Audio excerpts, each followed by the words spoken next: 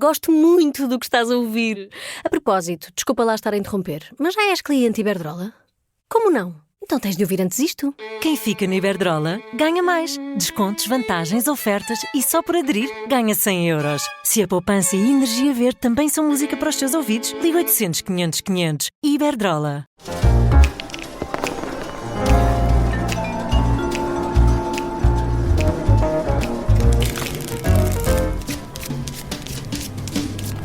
Fora do Baralho, edição extra, vamos responder às perguntas dos ouvintes que nos chegam via foradobaralho@observador.pt, é o nosso e-mail, podem enviar também as suas. Hoje é o politólogo AS de Serviço, Jorge Fernandes, que vai responder aos ouvintes. Olá, Jorge. Olá, Vanessa. Vamos a isto, temos aqui 3 perguntas, aliás, uma crítica e 2 perguntas. As perguntas são sobre Donald Trump e o caso Jeffrey Epstein, também uma pergunta sobre as presidenciais, mais concretamente sobre António José Seguro, um dos candidatos, mas vamos começar com uma crítica que recebeste, Jorge, diretamente para ti. A Inês Amorim escreveu-nos dizendo que te ouviu, referiste a Luís Montenegro, primeiro-ministro, como um político provinciano. Isto foi no último Fora do Baralho, sobre Cavaco Silva, e Luís Montenegro colou-se muito ao perfil de Cavaco Silva na governação, e na altura eu perguntei-te se Luís Montenegro estava a ser um primeiro-ministro mais parecido com Cavaco ou com António Costa, e foi na sequência dessa pergunta que disseste que Luís Montenegro é um político mais provinciano. Ora, a Inês Amorim diz que os lisboetas acham os provincianos forçosamente idiotas e isso é absolutamente insuportável. Queres responder a esta crítica? Respondo com muito prazer. Eu não sei se o ouvinte é nosso ouvinte, digamos, regular, mas se não é, mas enfim, eu acho que ficará agora aqui claro. Bem, se ouvir o meu sotaque, certamente perceberá que eu não sou lisboeta. És do Minho. Parece-me bastante evidente que eu próprio não sou lisboeta, sou um provinciano com muito orgulho do Minho. E, quer dizer, o provinciano, no sentido, parece-me que a ouvinte entende que é um provinciano, quer dizer, o termo provinciano aqui no fundo designaria alguém, é uma coisa geográfica que tem que ver com a clivagem entre o centro e a periferia, e as pessoas que nascem em Lisboa e vivem em Lisboa são, enfim, terão uma certa, não sei, um conjunto de qualidades que os provincianos não têm. Agora, quando eu referi isto, sendo eu próprio um provinciano do Minho, quando eu falei do provincianismo de Montenegro, que mantenho integralmente, eu estava a fazer uma distinção, que não fiz na altura, uma distinção clara, entre a periferia geográfica e a periferia mental e intelectual. A periferia geográfica não tem rigorosamente problema nenhum. É perfeitamente possível, de resto, ser um total provinciano, sem qualquer noção de que é o mundo, tendo crescido e vivido a vida inteira em Lisboa. António Costa, de resto, é um excelente exemplo disto. Ele foi para a Europa, foi para o cargo europeu e foi ter umas aulas de inglês absolutamente básico. Eu vi-o, de resto, pessoalmente, fora de Portugal, numa palestra que ele deu em Itália, e foi confrangedor. A ideia que ele foi primeiro-ministro sem conseguir comunicar o mínimo em inglês, quer dizer, não estamos a falar de fazer debates ou grandes elaborações teóricas. Estamos a falar do conhecimento rudimentar para conseguir comunicar com os seus colegas na Europa. Não é possível em 2025, ou enfim, 2020, 2021, quando ele era primeiro-ministro, que isto acontecesse. E, no entanto, aconteceu. E, portanto, quando eu disse que Montenegro é provinciano, referia-me naturalmente ao seu provincianismo mental e intelectual, ao total politicamente falando. Politicamente falando, quer dizer, total ausência de mundo, de pensamento do que é o país e a Europa. De resto, basta ver as intervenções do Primeiro-Ministro para se perceber como ele não tem noção, quer dizer, do que é que se passa para além daquela pequena política da conselhia do PSD, ou dele ter que se meter na escolha de quem vai ser o candidato a presidente da Câmara em Braga. Quer dizer, esta é a pequena política e o mundinho mental em que vive Montenegro é este mundo pequenino dos líderes das conselhias, das distritais, onde se vai ao sábado de manhã e vai-se lá dar uns beijinhos e cumprimenta-se as pessoas e está-se num jantar de carne assada e tal. E este é o mundo mental de Montenegro. Ele, por acaso, é primeiro-ministro, quer dizer, estava ali no momento certo, na hora certa. Agora, a ideia que Montenegro tem digamos, uma visão do que é Portugal, do que é a Europa, do modo como um conjunto de coisas que estão a acontecer a uma velocidade estonteante, que estão a mudar radicalmente a maneira como os países operam, a maneira como a Europa funciona. Quer dizer, estamos num momento de uma complexidade internacional brutal.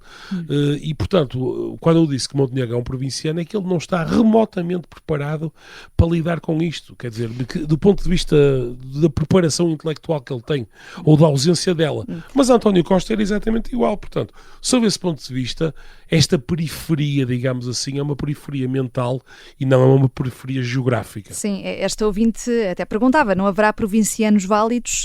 Já explicaste aqui que pode haver, sim, não, e tu próprio te assumes como um provinciano. Eu dizer, não, porque isto aparenta ser uma espécie de complexo de inferioridade que as pessoas que nasceram fora de Lisboa têm.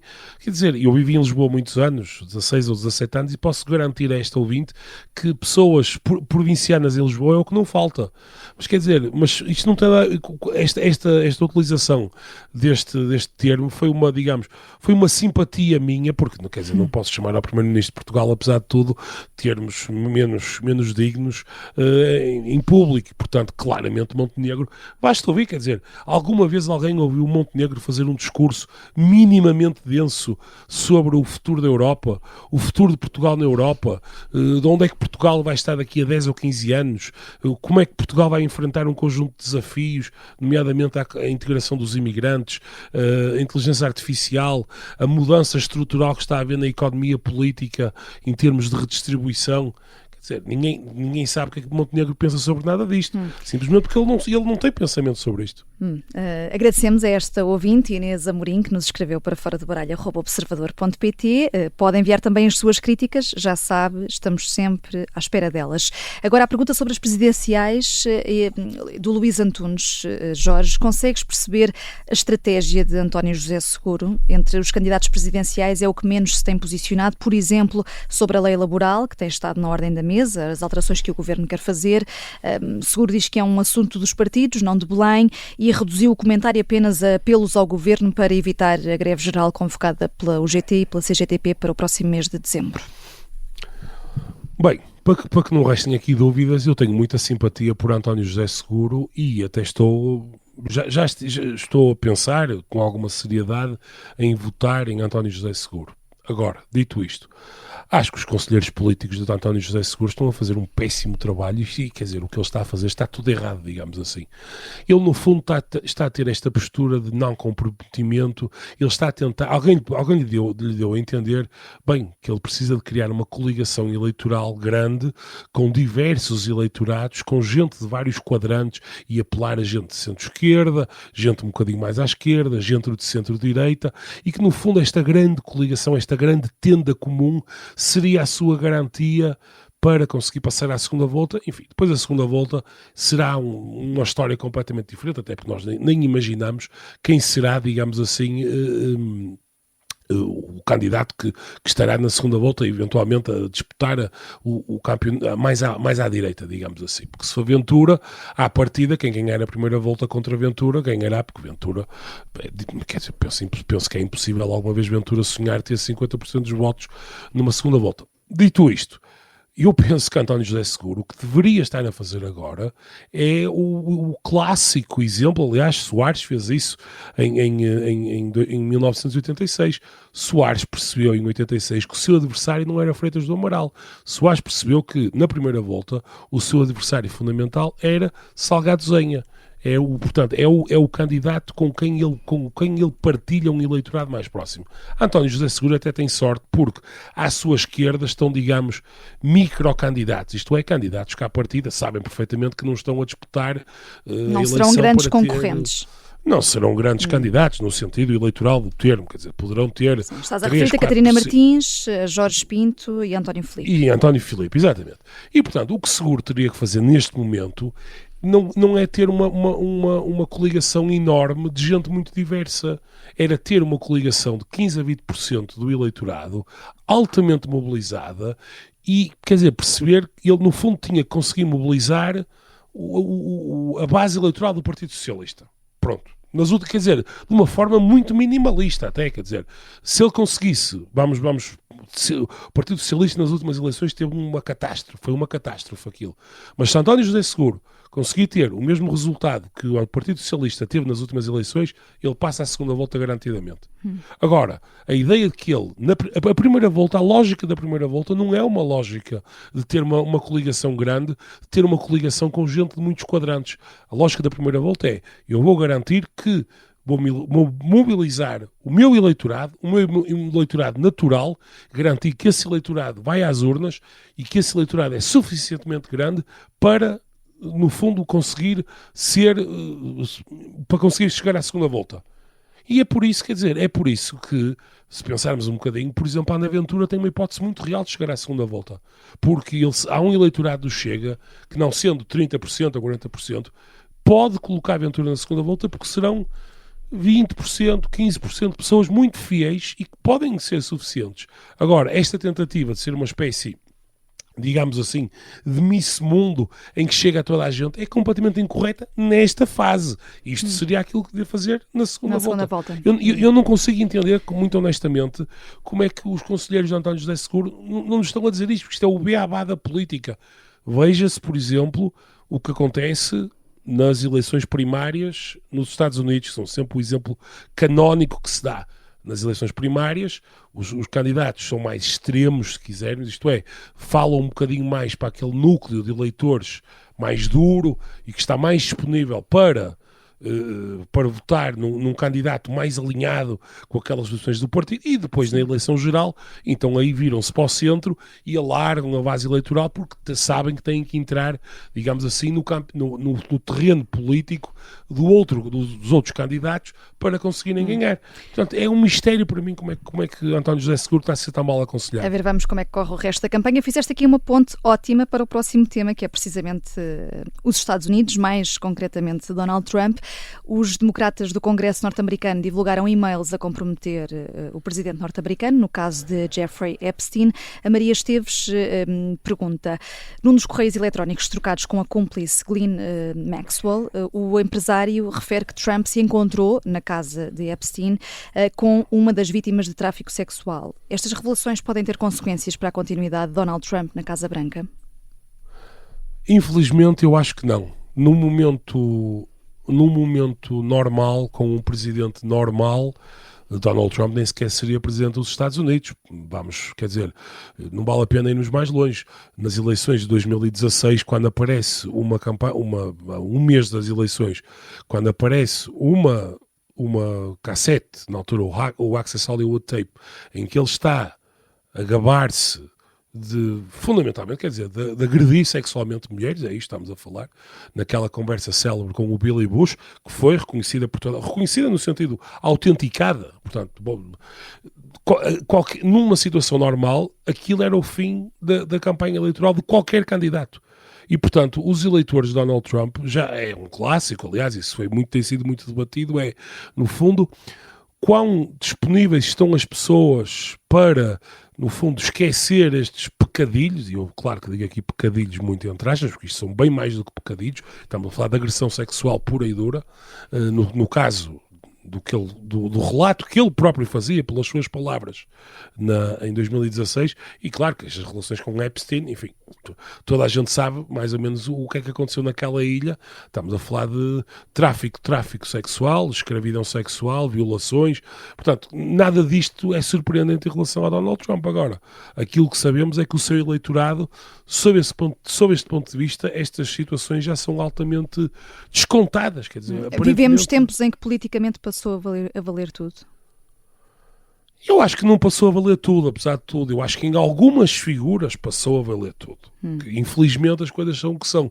Eu acho que há coisas que, se um outro candidato fizesse ou dissesse, seria mortal ou seria mortífero. Quer dizer, aquele candidato ou aquela candidata era o fim daquela pessoa politicamente.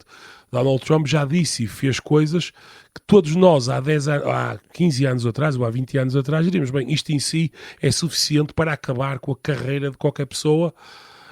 Mas infelizmente os eleitores parece que estão mais preocupados, em alguns casos, por exemplo, há uma grande coligação, enfim, de gente evangélica para quem, por exemplo, a questão do aborto era muito importante, e houve gente, inclusive, a dizer, em entrevistas nos Estados Unidos, a dizer, bem, Deus tem desígnios misteriosos e, portanto, pode utilizar um pecador para fazer aquilo que interessa. No caso deles era a questão da ilegalização novamente do aborto e terminar com o Roe v. Wade.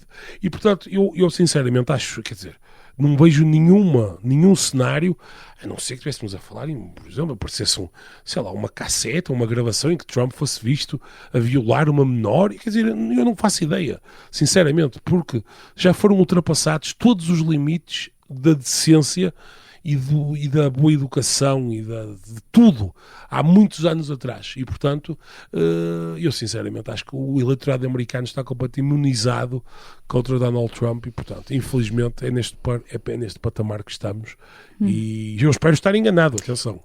Espero mesmo, mas acho que o passado, digamos assim, diz-nos que nada disto terá efeito. E nós aqui estamos para responder todas as semanas às perguntas dos ouvintes, perguntas, sugestões, críticas. Envie também as suas para foradobaralho@observador.pt. Obrigada, Jorge. Até a sexta-feira, na jogada da semana do Fora do Baralho. Eu sou a Vanessa Cruz. Boa semana.